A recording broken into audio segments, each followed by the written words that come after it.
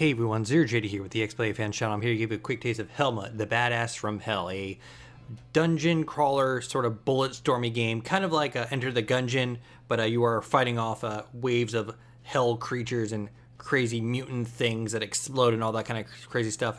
The story is essentially these demons come through a portal, kill you, another kind of demon comes through, resurrects you, and gives you the ability to transform into other creatures, which are essentially act as lives. I'll kind of explain it once we get into it. But I've played a bit of this. The way it goes is there is levels, and then you get to a boss, levels, you get to a boss, levels, you get to the boss, levels, you get to the boss, and then levels, and then the final boss. I've gotten to the second, like right before the boss, and then my luck finally ran out. You got your normal like new game. Gauntlet is essentially the you have a point in the middle that you need to defend. The tutorial is a tutorial, and then of course the tournament is essentially you kind of set the areas are like randomly generated and all that kind of fun stuff, and it sets what happens. But we're gonna go ahead and do a new game. So this is me. I'm a brain, a head. I have the ability to aim with the right stick, shoot with the right trigger. I have a super attack with the left bumper or left trigger, and I haven't figured out how to unlock these tubes yet. I'm assuming that once I beat the boss, it'll open up my transformation collection. Right now I have this rat and this kind of golem flesh monster thing. I like the rat. And I can shoot here, and he has his own special ability that bounces around. I've actually seen all the other transformations. One of them is like a fire skull demon that has a flamethrower. There's one dude with like dual machine guns. There's another one that's just a alien that shoots goo and has like a super eye laser. Then there's the orc fairy who shoots stuff out of the butt of, I believe, a pig, and he has a teleport ability. And there is a few others. They're all actually pretty fun, and they essentially act as your lives. If I hit X here, if I am this character, if you see the upper left, you can actually see the health. If that goes to 0, I die. But let's say I'm as this character. If I die as him, I revert to that skeleton. So the more of these transformations I have, I can flip to them and essentially use them as a barrier before I die. Below that is blue gems, which are essentially one of the currencies you use. As you go through, you can actually encounter challenges where you will be able to unlock more of the transformations, then add them to your little pool there. And then besides that's money. And then there's red gems, which I believe are constant currency.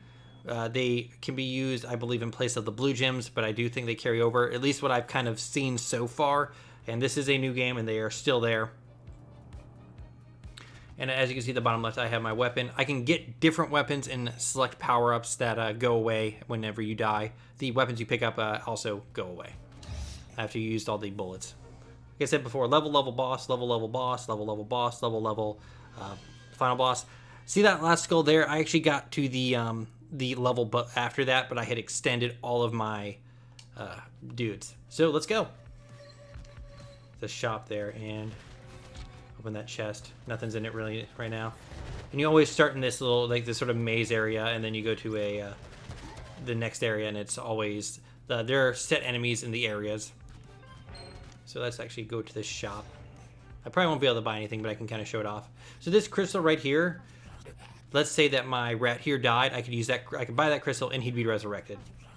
The soulstone bag here. See how it says I have 6 gems? It'd be plus an additional, I believe, plus 79 of the red gems if I wanted to buy this. It is expensive. No, I don't want that. So since I have no one to resurrect, I can't even use that. And then you have guns, and then power-ups here, like small armor here would give me plus 2 armor. And then there's this arcade machine, but we're not gonna.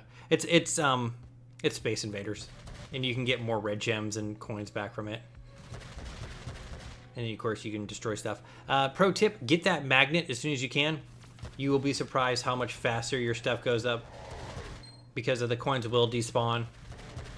And while you're running around the hecticness, having the magnet to kind of grab stuff is pretty great. If I want to, I can always switch back to him. But again, like I said, if he dies, it's over.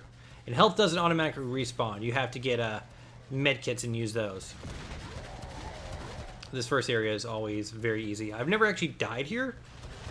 My first time playing, I actually got past the first boss fairly easily. This game is not crazy hard unless you get like a kind of a bad streak of just going through these areas and just not getting anything useful. But even if you do get a bad streak like that, it doesn't feel like unfair. It's still it is still very fun. So, like I said here, this is the guy who resurrected you. I can talk to him and be like, "Hey, I want to do this challenge. I don't have enough of the blue gems. Let's use some of my red gems." So now he's gonna send me out on this challenge, and if I win, I'm gonna get the demon spawn.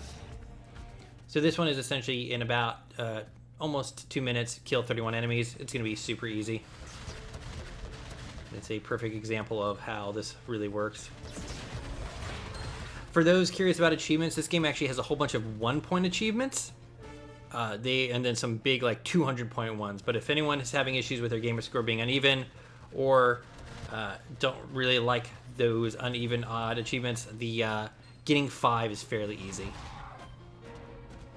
It's nothing crazy. It's like shoot 10,000 times, kill 1,000 enemies with a certain weapon. That kind of. It's like very simple stuff. Get all the transformations, which are. It's surprisingly easy to do. But I have gotten so close to beating the boss. Like I said before, get that magnet. I've gotten the magnet before, and I got like crazy amounts of money when I didn't realize how much I had actually been not picking up. But I feel this is like the perfect balance of roguelite, dungeon crawling, and kind of bullet hell. I wouldn't really call it a bullet hell. It doesn't have, at least what I've seen so far, hasn't been that crazy. There are a lot of like melee focused enemies. So now that I got this dude, and he has this little thing that spawns, and it's a little turret, which is pretty great.